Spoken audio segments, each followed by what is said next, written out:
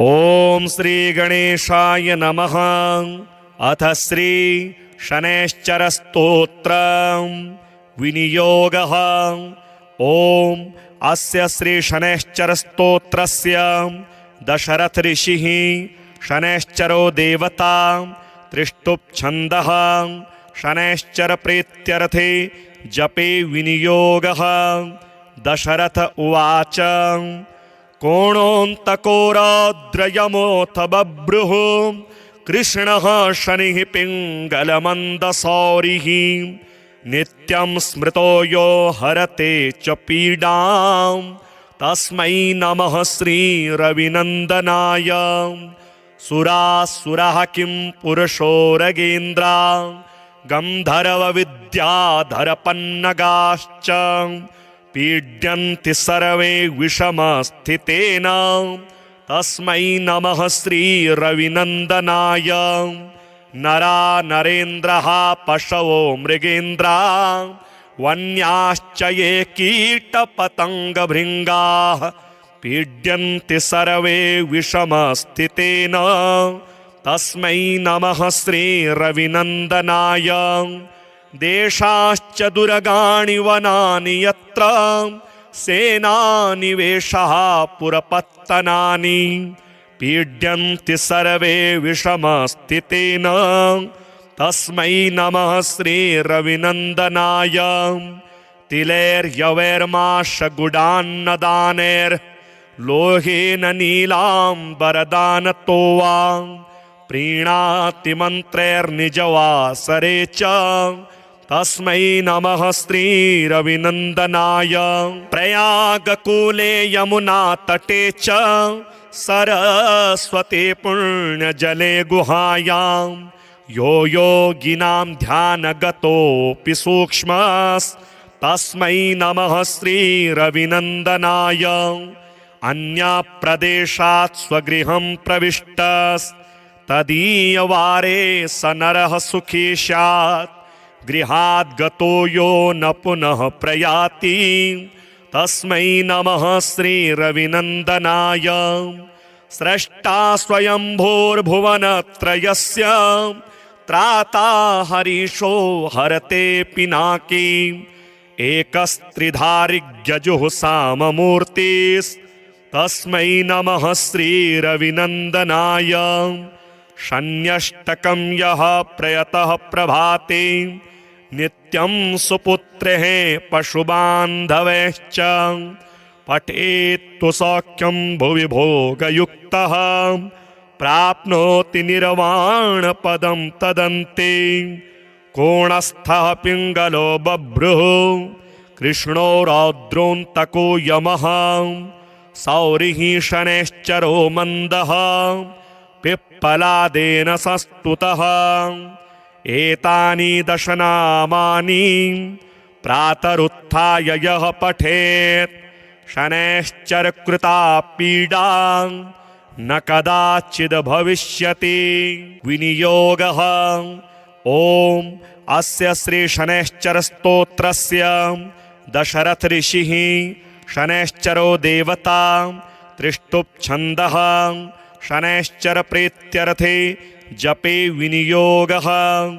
दशरथ उवाच कोणोऽन्तकोराद्रयमोऽथ बभ्रुः कृष्णः शनिः पिङ्गलमन्दसौरिः नित्यं स्मृतो यो हरते च पीडां तस्मै नमः श्रीरविनन्दनाय। सुरासुरः किं पुरुषोरगेन्द्रा गन्धर्वविद्याधरपन्नगाश्च पीड्यन्ति सर्वे विषमस्थितेन तस्मै नमः श्रीरविनन्दनाय। नरा नरेन्द्रः पशवो मृगेन्द्रा वन्याश्च ये कीटपतङ्गभृङ्गाः पीड्यन्ति सर्वे विषमस्थितेन तस्मै नमः श्रीरविनन्दनाय।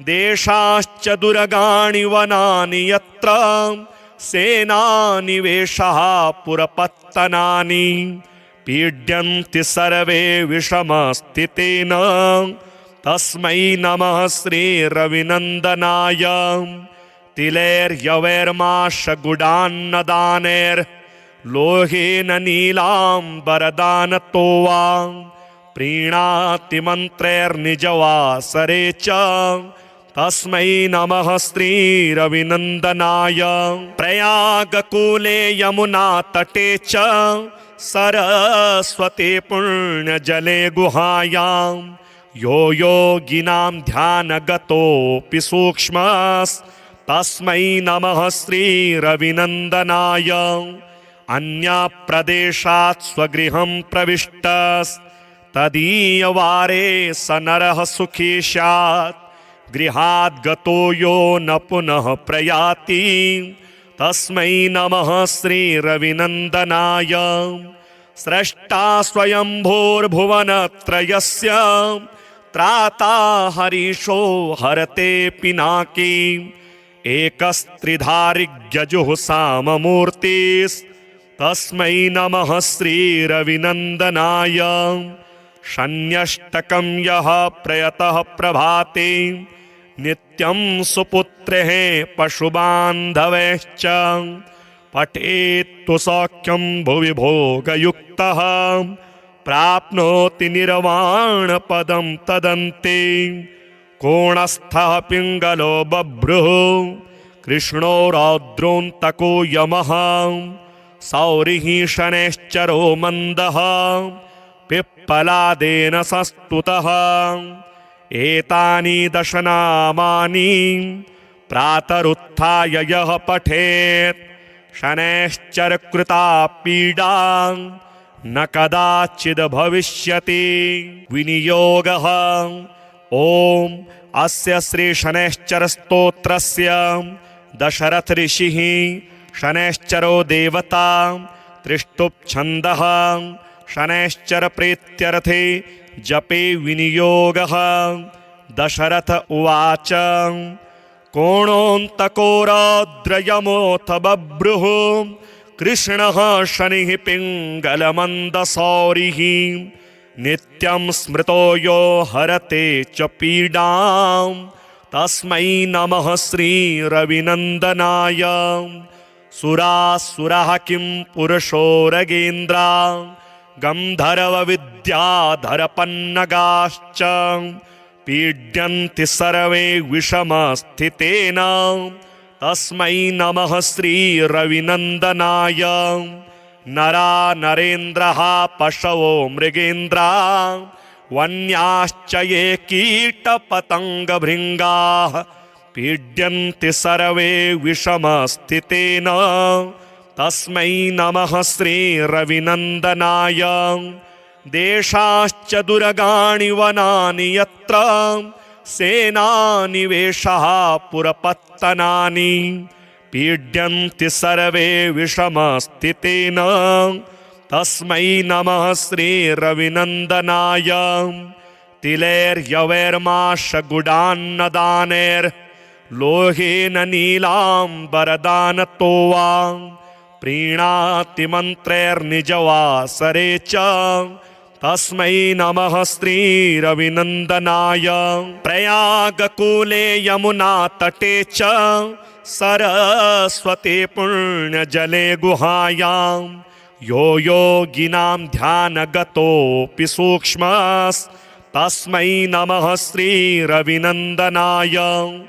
अन्यप्रदेशात् स्वगृहं प्रविष्टस्तदीयवारे स नरः सुखी स्यात् गृहाद् गतो यो न पुनः प्रयाति तस्मै नमः श्रीरविनन्दनाय स्रष्टा स्वयंभूर्भुवनत्रयस्य त्राता हरीशो हरते पिनाकी एकस्त्रिधारिग्यजुः साममूर्तिस्तस्मै नमः श्रीरविनन्दनाय शन्यष्टकं यः प्रयतः प्रभाते नित्यं सुपुत्रेः पशुबान्धवैश्च पठेत्तु सौख्यं भुवि भोगयुक्तः प्राप्नोति निर्वाणपदं तदन्ते कोणस्थः पिङ्गलो बभ्रुः कृष्णो रौद्रोऽन्तको यमः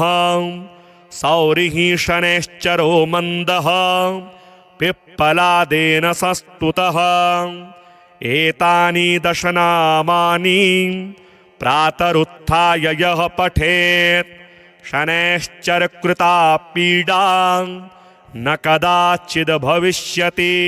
विनियोगः। ॐ अस्य श्री शनैश्चर स्तोत्रस्य दशरथ ऋषिः शनैश्चरो देवता त्रिष्टुप् शनैश्चर प्रीत्यर्थे जपे विनियोगः। दशरथ उवाच कोणोऽन्तको रौद्रयमोऽथ बभ्रुः कृष्णः शनिः पिङ्गलमन्दसौरिः नित्यं स्मृतो यो हरते च पीडां तस्मै नमः श्रीरविनन्दनाय। सुरासुरः किं पुरुषोरगेन्द्रा गन्धर्वविद्याधरपन्नगाश्च पीड्यन्ति सर्वे विषमस्थितेन तस्मै नमः श्रीरविनन्दनाय। नरा नरेन्द्रः पशवो मृगेन्द्रा वन्याश्च ये कीटपतङ्गभृङ्गाः पीड्यन्ति सर्वे विषमस्थितेन तस्मै नमः श्रीरविनन्दनाय। देशाश्च दुर्गाणि वनानि यत्र सेनानिवेशः पुरपत्तनानि पीड्यन्ति सर्वे विषमस्थितेन तस्मै नमः श्रीरविनन्दनाय। तिलैर्यवैर्माशगुडान्नदानैर्लोहेन नीलाम्बरदानतो वा प्रीणाति मन्त्रैर्निजवासरे च तस्मै नमः श्रीरविनन्दनाय। प्रयागकूले यमुनातटे च सरस्वती पुण्यजले गुहायां यो योगिनां ध्यानगतोऽपि सूक्ष्मस्तस्मै नमः श्रीरविनन्दनाय। अन्यप्रदेशात् स्वगृहं प्रविष्टस्तदीयवारे स नरः सुखी स्यात् गृहाद् गतो यो न पुनः प्रयाति तस्मै नमः श्रीरविनन्दनाय। स्रष्टा स्वयंभूर्भुवनत्रयस्य त्राता हरीशो हरते पिनाकी एकस्त्रिधारिग्यजुः साममूर्तिस्तस्मै नमः श्रीरविनन्दनाय। शन्यष्टकं यः प्रयतः प्रभाते नित्यं सुपुत्रेः पशुबान्धवैश्च पठेत्तु सौख्यं भुवि भोगयुक्तः प्राप्नोति निर्वाणपदं तदन्ते। कोणस्थः पिङ्गलो बभ्रुः कृष्णो रौद्रोऽन्तको यमः सौरिः शनैश्चरो मन्दः पिप्पलादेन संस्तुतः एतानि दशनामानि प्रातरुत्थाय यः पठेत् शनैश्चरकृता पीडा न कदाचिद् भविष्यति। विनियोगः। ॐ अस्य श्री शनैश्चर स्तोत्रस्य दशरथ ऋषिः शनैश्चरो देवता त्रिष्टुप् शनैश्चर प्रीत्यर्थे जपे विनियोगः। दशरथ उवाच कोणोऽन्तको रौद्रयमोऽथ बभ्रुः कृष्णः शनिः पिङ्गलमन्दसौरिः नित्यं स्मृतो यो हरते च पीडां तस्मै नमः श्रीरविनन्दनाय। सुरासुरः किं पुरुषोरगेन्द्रा गन्धर्वविद्याधरपन्नगाश्च पीड्यन्ति सर्वे विषमस्थितेन तस्मै नमः श्रीरविनन्दनाय। नरा नरेन्द्रः पशवो मृगेन्द्रा वन्याश्च ये कीटपतङ्गभृङ्गाः पीड्यन्ति सर्वे विषमस्थितेन तस्मै नमः श्रीरविनन्दनाय। देशाश्च दुर्गाणि वनानि यत्र सेनानिवेशः पुरपत्तनानि पीड्यन्ति सर्वे विषमस्थितेन तस्मै नमः श्रीरविनन्दनाय। तिलैर्यवैर्माशगुडान्नदानैर्लोहेन नीलाम्बरदानतो वा प्रीणाति मन्त्रैर्निजवासरे च तस्मै नमः श्रीरविनन्दनाय।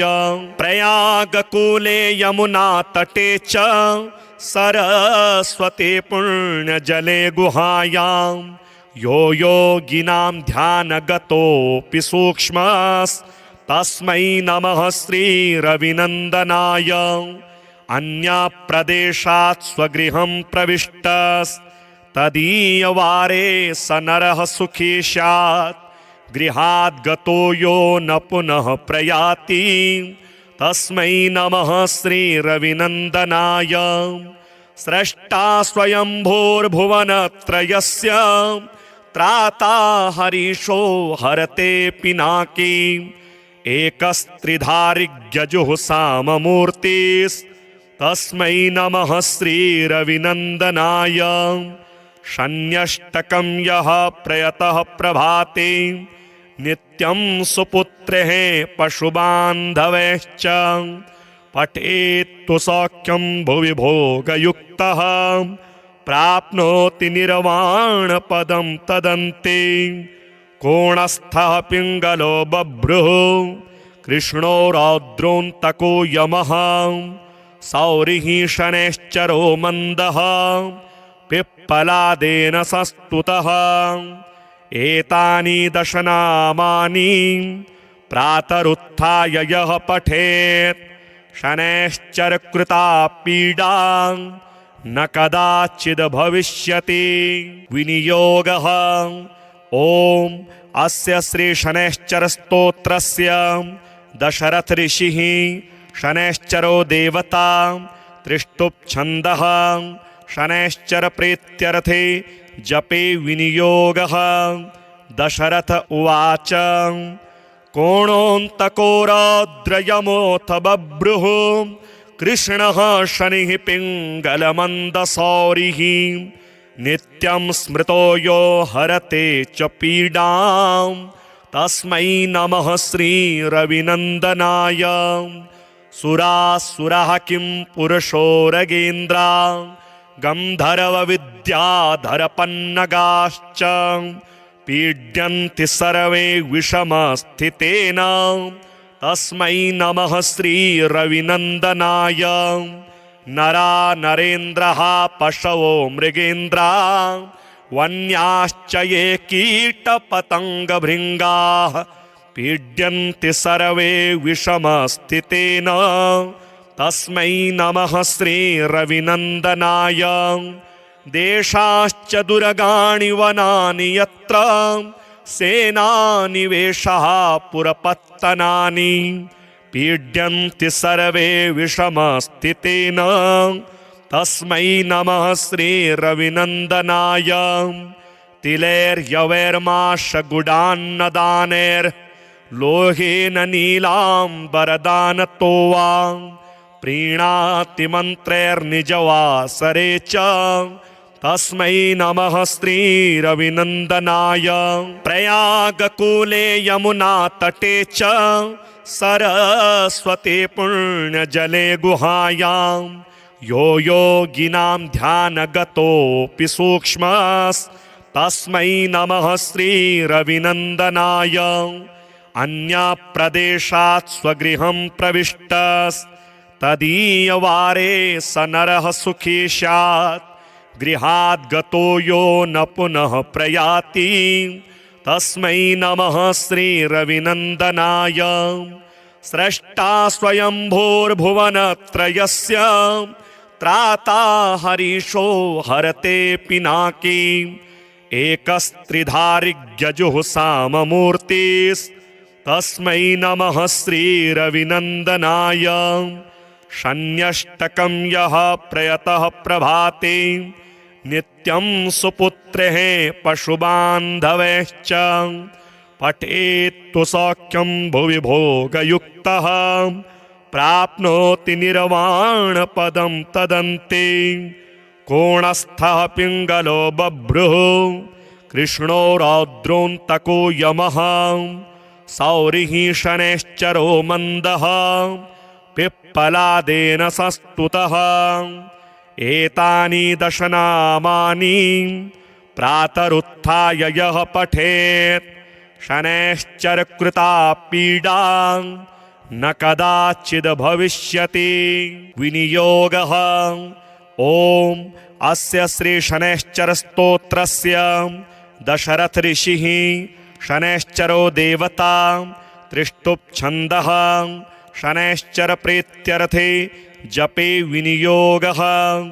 दशरथ उवाच कोणोऽन्तको रौद्रयमोऽथ बभ्रुः कृष्णः शनिः पिङ्गलमन्दसौरिः नित्यं स्मृतो यो हरते च पीडां तस्मै नमः श्रीरविनन्दनाय। सुरासुरः किं पुरुषोरगेन्द्रा गन्धर्वविद्याधरपन्नगाश्च पीड्यन्ति सर्वे विषमस्थितेन तस्मै नमः श्रीरविनन्दनाय। नरा नरेन्द्रः पशवो मृगेन्द्रा वन्याश्च ये कीटपतङ्गभृङ्गाः पीड्यन्ति सर्वे विषमस्थितेन तस्मै नमः श्रीरविनन्दनाय। देशाश्च दुर्गाणि वनानि यत्र सेनानिवेशः पुरपत्तनानि पीड्यन्ति सर्वे विषमस्थितेन तस्मै नमः श्रीरविनन्दनाय। तिलैर्यवैर्माशगुडान्नदानैर्लोहेन नीलाम्बरदानतो वा प्रीणाति मन्त्रैर्निजवासरे च तस्मै नमः श्रीरविनन्दनाय। प्रयागकूले यमुना तटे च सरस्वती पुण्यजले गुहायां यो योगिनां ध्यानगतोऽपि सूक्ष्मस्तस्मै नमः श्रीरविनन्दनाय। अन्यप्रदेशात् स्वगृहं प्रविष्टस्तदीयवारे स नरः सुखी स्यात् गृहात् गतो यो न पुनः प्रयाति तस्मै नमः श्रीरविनन्दनाय। स्रष्टा स्वयंभूर्भुवनत्रयस्य त्राता हरीशो हरते पिनाकी एकस्त्रिधारिग्यजुः साममूर्तिस्तस्मै नमः श्रीरविनन्दनाय। शन्यष्टकं यः प्रयतः प्रभाते नित्यं सुपुत्रेः पशुबान्धवैश्च पठेत्तु सौख्यं भुवि भोगयुक्तः प्राप्नोति निर्वाणपदं तदन्ते कोणस्थः पिङ्गलो बभ्रुः कृष्णो रौद्रोऽन्तको यमः सौरिः शनैश्चरो मन्दः पिप्पलादेन संस्तुतः एतानि दशनामानि प्रातरुत्थाय यः पठेत् शनैश्चरकृता पीडा न कदाचिद् भविष्यति। विनियोगः। ॐ अस्य श्री शनैश्चर स्तोत्रस्य दशरथ ऋषिः शनैश्चरो देवता त्रिष्टुप् शनैश्चर प्रीत्यर्थे जपे विनियोगः। दशरथ उवाच कोणोऽन्तको रौद्रयमोऽथ बभ्रुः कृष्णः शनिः पिङ्गलमन्दसौरिः नित्यं स्मृतो यो हरते च पीडां तस्मै नमः श्रीरविनन्दनाय। सुरासुरः किं पुरुषोरगेन्द्रा गन्धर्वविद्याधरपन्नगाश्च पीड्यन्ति सर्वे विषमस्थितेन तस्मै नमः श्रीरविनन्दनाय। नरा नरेन्द्रः पशवो मृगेन्द्रा वन्याश्च ये कीटपतङ्गभृङ्गाः पीड्यन्ति सर्वे विषमस्थितेन तस्मै नमः श्रीरविनन्दनाय।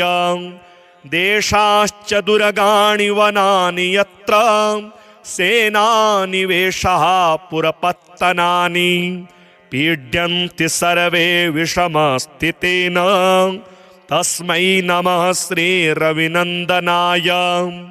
तिलैर्यवैर्माशगुडान्नदानैर्लोहेन नीलाम्बरदानतो वा प्रीणाति मन्त्रैर्निजवासरे च तस्मै नमः श्रीरविनन्दनाय। प्रयागकूले यमुनातटे च सरस्वती पुण्यजले गुहायां यो योगिनां ध्यानगतोऽपि सूक्ष्मस्तस्मै नमः श्रीरविनन्दनाय। अन्यप्रदेशात् स्वगृहं प्रविष्टस्तदीयवारे स नरः सुखी स्यात् गृहाद् गतो यो न पुनः प्रयाति तस्मै नमः श्रीरविनन्दनाय।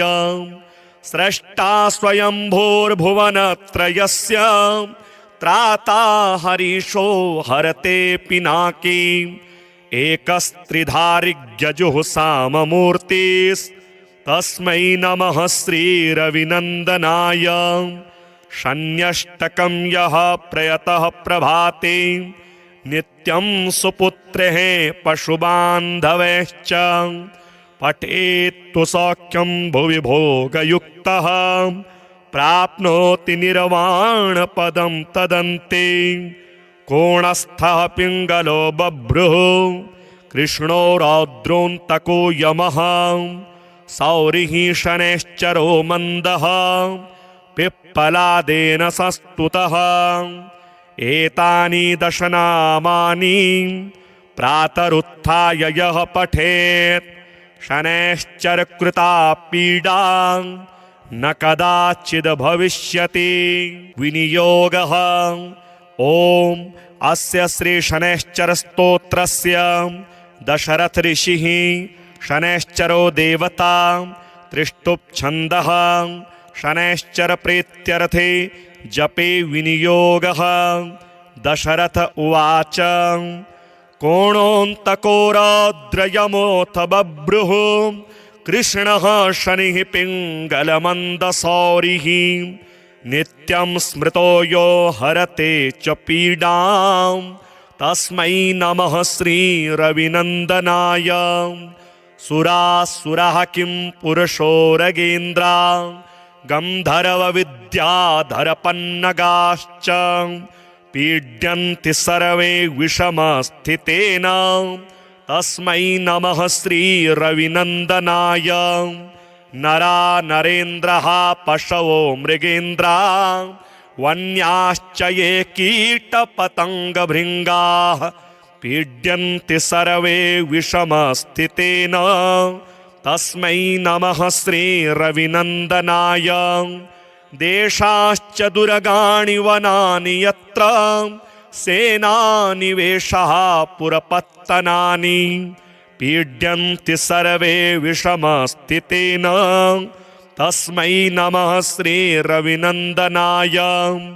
तिलैर्यवैर्माशगुडान्नदानैर्लोहेन नीलाम्बरदानतो वा प्रीणाति मन्त्रैर्निजवासरे च तस्मै नमः श्रीरविनन्दनाय।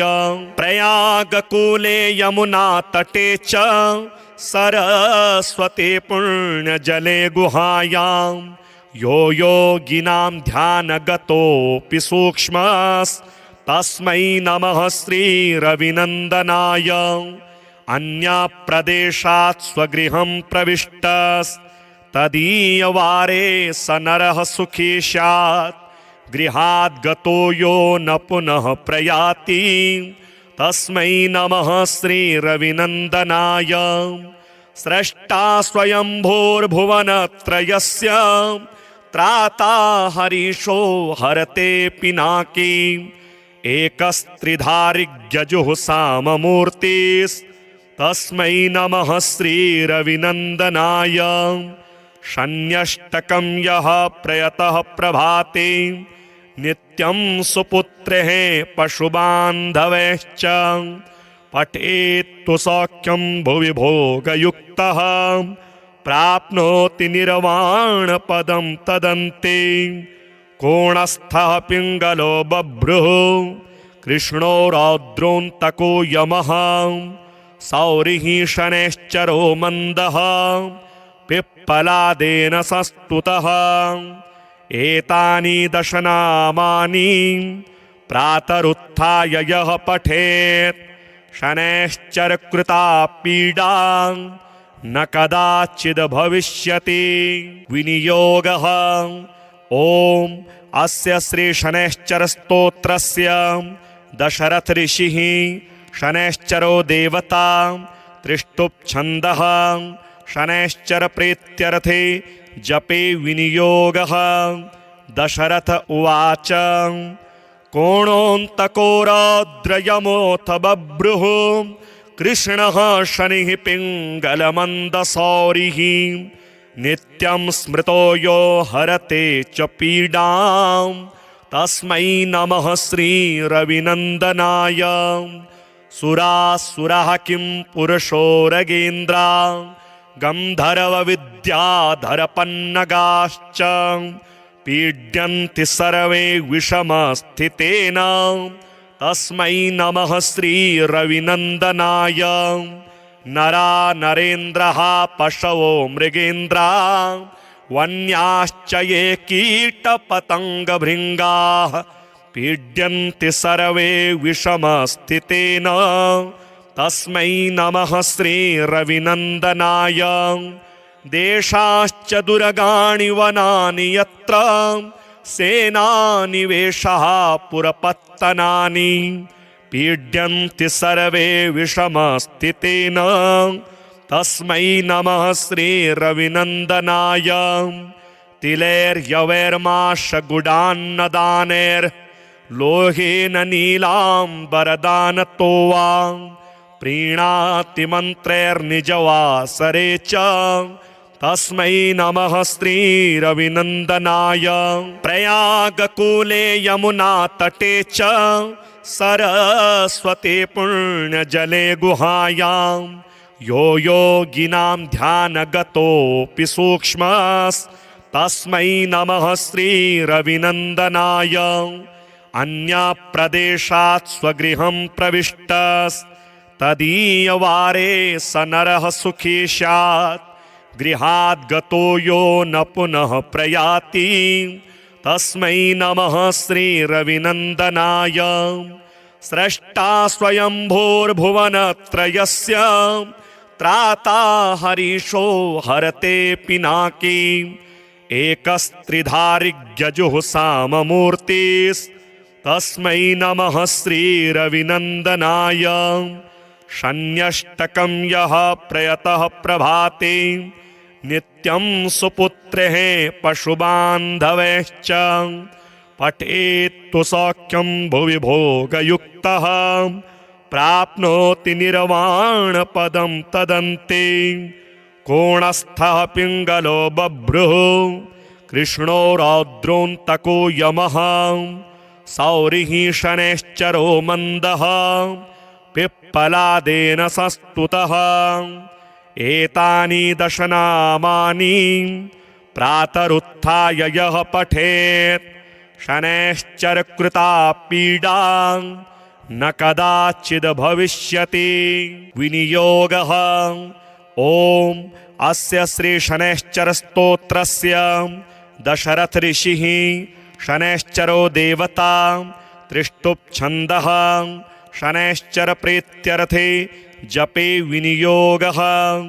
दशरथ उवाच कोणोऽन्तको रौद्रयमोऽथ बभ्रुः कृष्णः शनिः पिङ्गलमन्दसौरिः नित्यं स्मृतो यो हरते च पीडां तस्मै नमः श्रीरविनन्दनाय सुरासुरः किं पुरुषोरगेन्द्रा गन्धर्वविद्याधरपन्नगाश्च पीड्यन्ति सर्वे विषमस्थितेन तस्मै नमः श्रीरविनन्दनाय नरा नरेन्द्रः पशवो मृगेन्द्रा वन्याश्च ये कीटपतङ्गभृङ्गाः पीड्यन्ति सर्वे विषमस्थितेन तस्मै नमः श्रीरविनन्दनाय देशाश्च दुर्गाणि वनानि यत्र सेनानिवेशः पुरपत्तनानि पीड्यन्ति सर्वे विषमस्थितेन तस्मै नमः श्रीरविनन्दनाय तिलैर्यवैर्माशगुडान्नदानैर्लोहेन नीलाम्बरदानतो वा प्रीणाति मन्त्रैर्निजवासरे च तस्मै नमः श्रीरविनन्दनाय प्रयागकूले यमुनातटे च सरस्वती पुण्यजले गुहायां यो योगिनां ध्यानगतोऽपि सूक्ष्मस्तस्मै नमः श्रीरविनन्दनाय अन्यप्रदेशात् स्वगृहं प्रविष्टस्तदीयवारे स नरः सुखी स्यात् गृहात् गतो यो न पुनः प्रयाति तस्मै नमः श्रीरविनन्दनाय स्रष्टा स्वयंभूर्भुवनत्रयस्य त्राता हरीशो हरते पिनाकी एकस्त्रिधारिग्यजुः साममूर्तिस्तस्मै नमः श्रीरविनन्दनाय शन्यष्टकं यः प्रयतः प्रभाते नित्यं सुपुत्रेः पशुबान्धवैश्च पठेत्तु सौख्यं भुवि भोगयुक्तः प्राप्नोति निर्वाणपदं तदन्ते कोणस्थः पिङ्गलो बभ्रुः कृष्णो रौद्रोऽन्तको यमः सौरिः शनैश्चरो मन्दः पिप्पलादेन संस्तुतः एतानि दशनामानि प्रातरुत्थाय यः पठेत् शनैश्चरकृता पीडा न कदाचिद् भविष्यति विनियोगः ॐ अस्य श्री शनैश्चर स्तोत्रस्य दशरथ ऋषिः शनैश्चरो देवता त्रिष्टुप् शनैश्चर प्रीत्यर्थे जपे विनियोगः दशरथ उवाच कोणोऽन्तको रौद्रयमोऽथ बभ्रुः कृष्णः शनिः पिङ्गलमन्दसौरिः नित्यं स्मृतो यो हरते च पीडां तस्मै नमः श्रीरविनन्दनाय सुरासुरः किं पुरुषोरगेन्द्रा गन्धर्वविद्याधरपन्नगाश्च पीड्यन्ति सर्वे विषमस्थितेन तस्मै नमः श्रीरविनन्दनाय नरा नरेन्द्रः पशवो मृगेन्द्रा वन्याश्च ये कीटपतङ्गभृङ्गाः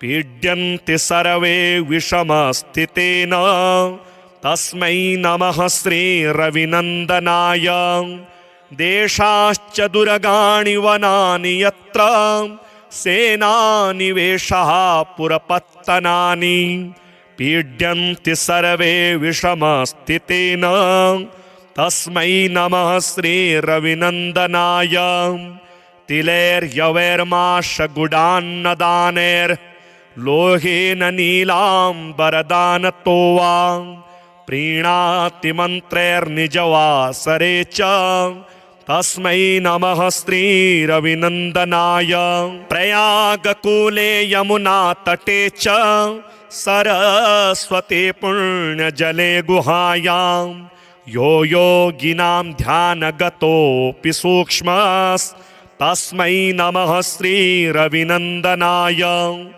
अन्यप्रदेशात् स्वगृहं प्रविष्टस्तदीयवारे तदीयवारे स नरः सुखी स्यात् गृहाद् गतो यो न पुनः प्रयाति तस्मै नमः श्रीरविनन्दनाय स्रष्टा स्वयंभूर्भुवनत्रयस्य त्राता हरीशो हरते पिनाकी एकस्त्रिधारिग्यजुः साममूर्तिस्तस्मै नमः श्रीरविनन्दनाय शन्यष्टकं यः प्रयतः प्रभाते नित्यं सुपुत्रेः पशुबान्धवैश्च पठेत्तु सौख्यं भुवि भोगयुक्तः प्राप्नोति निर्वाणपदं तदन्ते कोणस्थः पिङ्गलो बभ्रुः कृष्णो रौद्रोऽन्तको यमः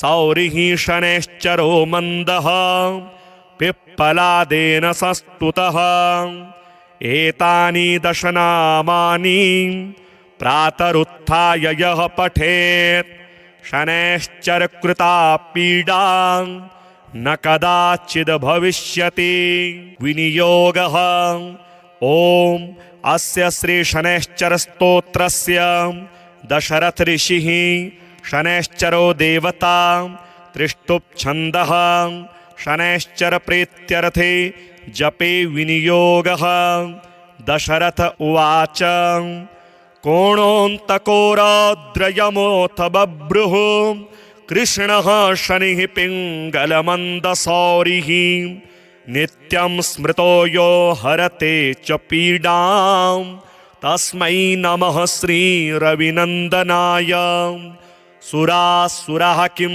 पुरुषो रगेन्द्रा गन्धर्वविद्याधरपन्नगाश्च पीड्यन्ति सर्वे विषमस्थितेन तस्मै नमः श्रीरविनन्दनाय नरा नरेन्द्रः पशवो मृगेन्द्रा वन्याश्च ये कीटपतङ्गभृङ्गाः पीड्यन्ति सर्वे विषमस्थितेन तस्मै नमः श्रीरविनन्दनाय देशाश्च दुर्गाणि वनानि यत्र सेनानिवेशः पुरपत्तनानि पीड्यन्ति सर्वे विषमस्थितेन तस्मै नमः श्रीरविनन्दनाय तिलैर्यवैर्माशगुडान्नदानैर्लोहेन नीलाम्बरदानतो वा प्रीणाति मन्त्रैर्निजवासरे च तस्मै नमः श्रीरविनन्दनाय प्रयागकूले यमुनातटे च सरस्वती पुण्यजले गुहायां यो योगिनां ध्यानगतोऽपि सूक्ष्मस्तस्मै नमः श्रीरविनन्दनाय अन्यप्रदेशात् स्वगृहं प्रविष्टस्तदीयवारे स नरः सुखी स्यात् गृहाद् गतो यो न पुनः प्रयाति तस्मै नमः श्रीरविनन्दनाय स्रष्टा स्वयंभूर्भुवनत्रयस्य त्राता हरीशो हरते पिनाकी एकस्त्रिधारिग्यजुः साममूर्तिस्तस्मै नमः श्रीरविनन्दनाय शन्यष्टकं यः प्रयतः प्रभाते नित्यं सुपुत्रेः पशुबान्धवैश्च पठेत्तु सौख्यं भुवि भोगयुक्तः प्राप्नोति निर्वाणपदं तदन्ते कोणस्थः पिङ्गलो बभ्रुः कृष्णो रौद्रोऽन्तको यमः सौरिः शनैश्चरो मन्दः पिप्पलादेन संस्तुतः एतानि दशनामानि प्रातरुत्थाय यः पठेत् शनैश्चरकृता पीडा न कदाचिद् भविष्यति विनियोगः ॐ अस्य श्री शनैश्चर स्तोत्रस्य दशरथ ऋषिः शनैश्चरो देवता त्रिष्टुप् छन्दः शनैश्चर प्रीत्यर्थे जपे विनियोगः दशरथ उवाच कोणोऽन्तकोराद्रयमोऽथ बभ्रुः कृष्णः शनिः पिङ्गलमन्दसौरिः नित्यं स्मृतो यो हरते च पीडां तस्मै नमः श्रीरविनन्दनाय। सुरासुरः किं पुरुषोरगेन्द्रा गन्धर्वविद्याधरपन्नगाश्च पीड्यन्ति सर्वे विषमस्थितेन तस्मै नमः श्रीरविनन्दनाय। नरा नरेन्द्रः पशवो मृगेन्द्रा वन्याश्च ये कीटपतङ्गभृङ्गाः पीड्यन्ति सर्वे विषमस्थितेन तस्मै नमः श्रीरविनन्दनाय। देशाश्च दुर्गाणि वनानि यत्र सेनानिवेशः पुरपत्तनानि पीड्यन्ति सर्वे विषमस्थितेन तस्मै नमः श्रीरविनन्दनाय। तिलैर्यवैर्माशगुडान्नदानैर्लोहेन नीलाम्बरदानतो वा प्रीणाति मन्त्रैर्निजवासरे च तस्मै नमः श्रीरविनन्दनाय। प्रयागकूले यमुनातटे च सरस्वती पुण्यजले गुहायां यो योगिनां ध्यानगतोऽपि सूक्ष्मस्तस्मै नमः श्रीरविनन्दनाय। अन्यप्रदेशात् स्वगृहं प्रविष्टस्तदीयवारे स नरः सुखी स्यात् गृहाद् गतो यो न पुनः प्रयाति तस्मै नमः श्रीरविनन्दनाय।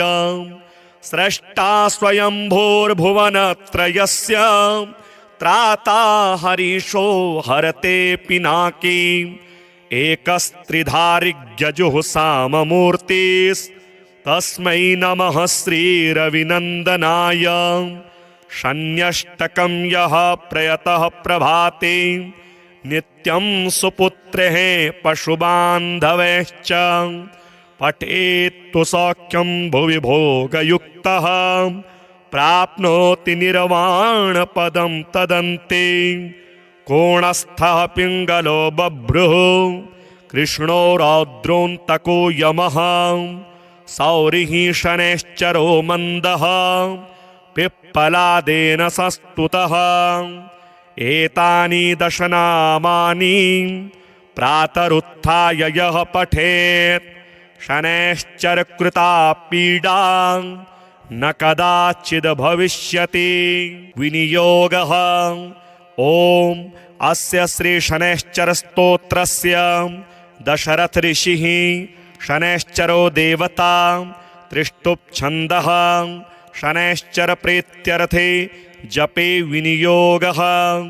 दशरथ उवाच कोणोऽन्तकोराद्रयमोऽथ बभ्रुः कृष्णः शनिः पिङ्गलमन्दसौरिः नित्यं स्मृतो यो हरते च पीडां तस्मै नमः श्रीरविनन्दनाय। सुरासुरः किं पुरुषोरगेन्द्रा गन्धर्वविद्याधरपन्नगाश्च पीड्यन्ति सर्वे विषमस्थितेन तस्मै नमः श्रीरविनन्दनाय। नरा नरेन्द्रः पशवो मृगेन्द्रा वन्याश्च ये कीटपतङ्गभृङ्गाः पीड्यन्ति सर्वे विषमस्थितेन तस्मै नमः श्रीरविनन्दनाय। देशाश्च दुर्गाणि वनानि यत्र सेनानिवेशः पुरपत्तनानि पीड्यन्ति सर्वे विषमस्थितेन तस्मै नमः श्रीरविनन्दनाय। तिलैर्यवैर्माशगुडान्नदानैर्लोहेन नीलाम्बरदानतो वा प्रीणाति मन्त्रैर्निजवासरे च तस्मै नमः श्रीरविनन्दनाय। प्रयागकूले यमुनातटे च सरस्वती पुण्यजले गुहायां यो योगिनां ध्यानगतोऽपि सूक्ष्मस्तस्मै नमः श्रीरविनन्दनाय। अन्यप्रदेशात् स्वगृहं प्रविष्टस्तदीयवारे स नरः सुखी स्यात्। गृहाद् गतो यो न पुनः प्रयाति तस्मै नमः श्रीरविनन्दनाय। स्रष्टा स्वयंभूर्भुवनत्रयस्य त्राता हरीशो हरते पिनाकी। एकस्त्रिधारिग्यजुः साममूर्तिस्तस्मै नमः श्रीरविनन्दनाय। शन्यष्टकं यः प्रयतः प्रभाते नित्यं सुपुत्रेः पशुबान्धवैश्च पठेत्तु सौख्यं भुवि भोगयुक्तः प्राप्नोति निर्वाणपदं तदन्ते।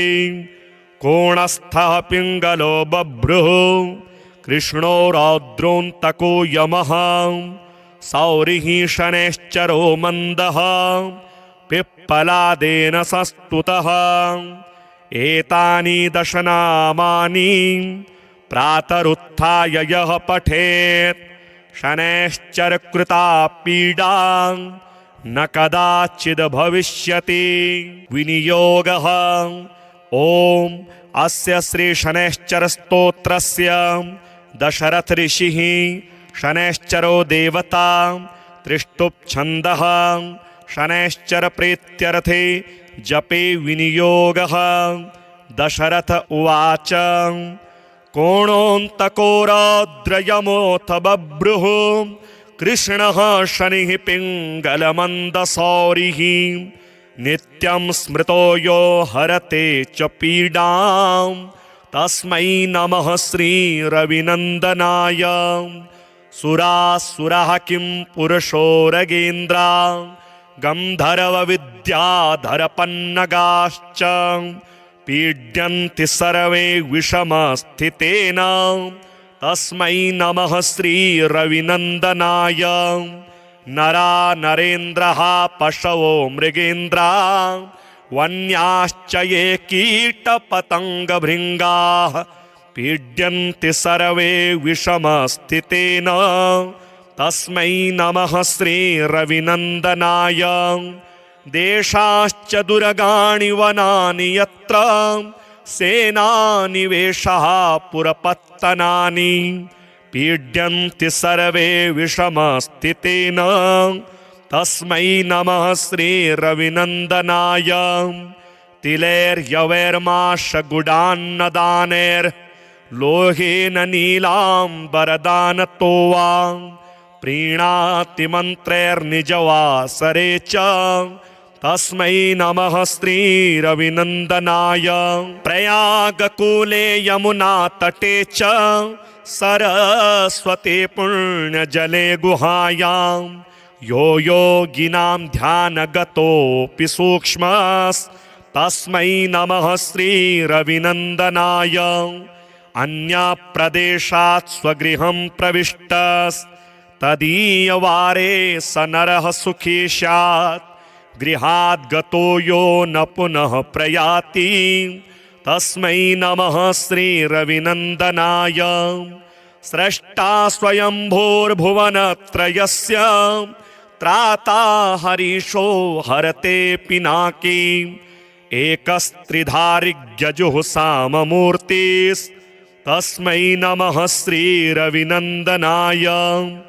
शन्यष्टकं यः प्रयतः प्रभाते नित्यं सुपुत्रेः पशुबान्धवैश्च पठेत्तु सौख्यं भुवि भोगयुक्तः प्राप्नोति निर्वाणपदं तदन्ते। कोणस्थः पिङ्गलो बभ्रुः कृष्णो रौद्रोऽन्तको यमः सौरिः शनैश्चरो मन्दः पिप्पलादेन संस्तुतः। एतानि दशनामानि प्रातरुत्थाय यः पठेत् शनैश्चरकृता पीडा न कदाचिद् भविष्यति।